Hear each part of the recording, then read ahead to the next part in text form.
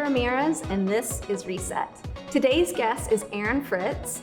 Erin is a global mindset coach and a dear friend, and I'm honored to have you here today. So thank you so much for coming. I appreciate it. Yeah, thanks for inviting me. Absolutely, absolutely.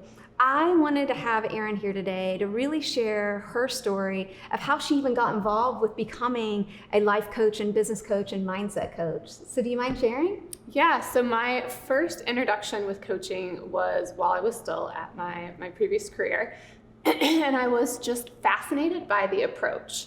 It was a project that was led completely different than any of the projects I had been on. And I was like, what is this world? Like, what is this person using to kind of lead us in this way? And so that was the first introduction. And I really, I just started kind of Googling it, honestly. Like, Sure. What is this? And I want to know more. Yeah, that is awesome. And you just did this, what, just a short 3 years ago? Yeah, it was. So I launched my business just over 3 years ago. Diving into the coaching world probably around four-ish years ago. Yeah. And that journey, being a mindset coach, right? You're having to also heal your own mindset, right? I had no idea when I started learning how to be a coach.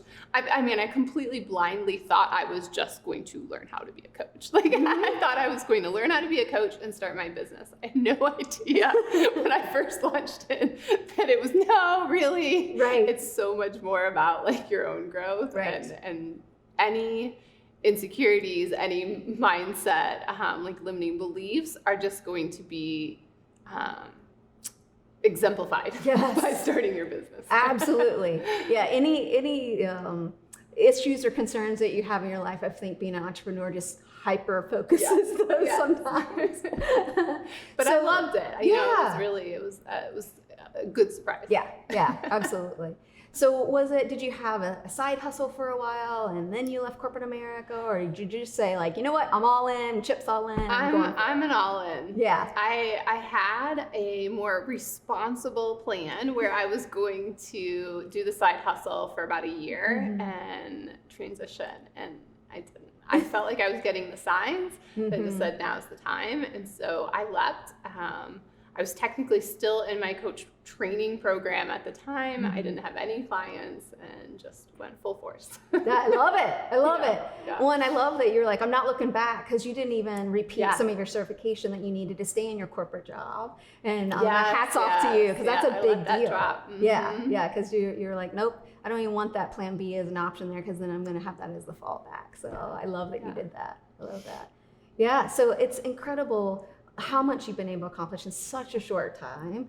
And I'm honored, like, I got to know you in those moments. In the struggle for the beginning. Yeah, absolutely. We've all been there, right? Yeah. So what is something that you see as a common thread in your clients? You just kind of hear it over and over again. Yeah, I think there's a couple different things. One, just in general, so not even specific to my clients, but it's those limiting beliefs, right? And realizing that we have put a cap on ourselves, and that stops us right before going for our dreams, right? So that's a little different than my clients, because I feel like most of my clients have already kind of taken the steps towards it.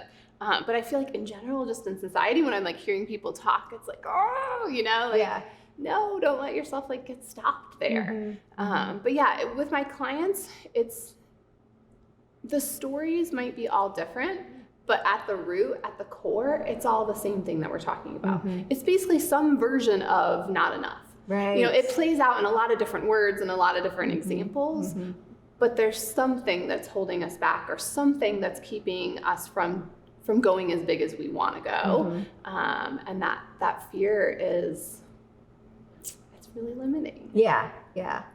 And that was, experience that I had as well. And how I even started, having my own, mind coach involved in my life. And, I've had business coaches and life coaches. And Mike was just such a huge eye-opening, for me. He could see my blind spots, and he could gently, softly call out some of the limiting beliefs, and he always was like, tell me more. I'm like,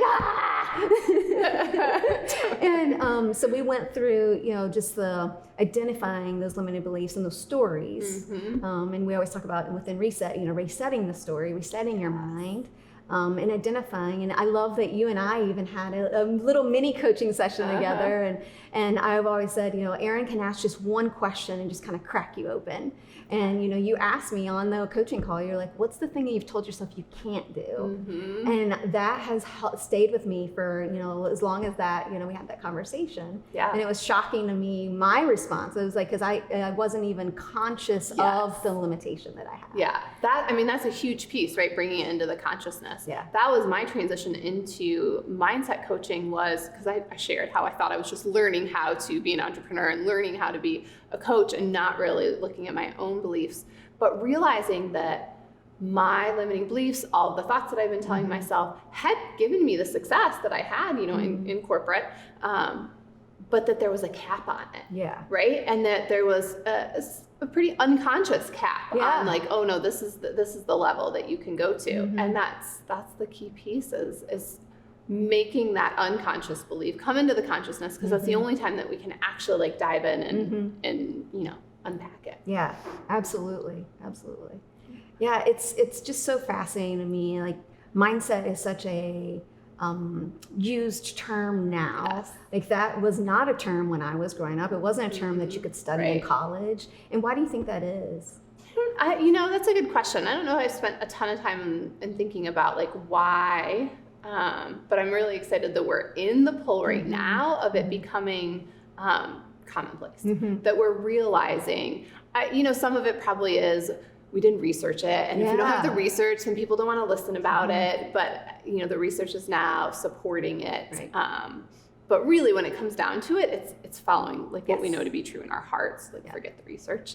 I don't know why, but I think in general, this time in history, it's such a cool period to be diving into this work. And I think it's just like, in a good way, kind of like cracking everything open and giving us new perceptions and just ways of looking at life in general. Yeah, I love it. So Erin, where could we find you?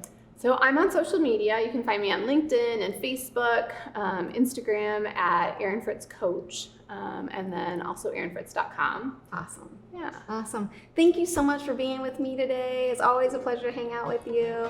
And thank you guys for joining us. And don't forget to reset your story.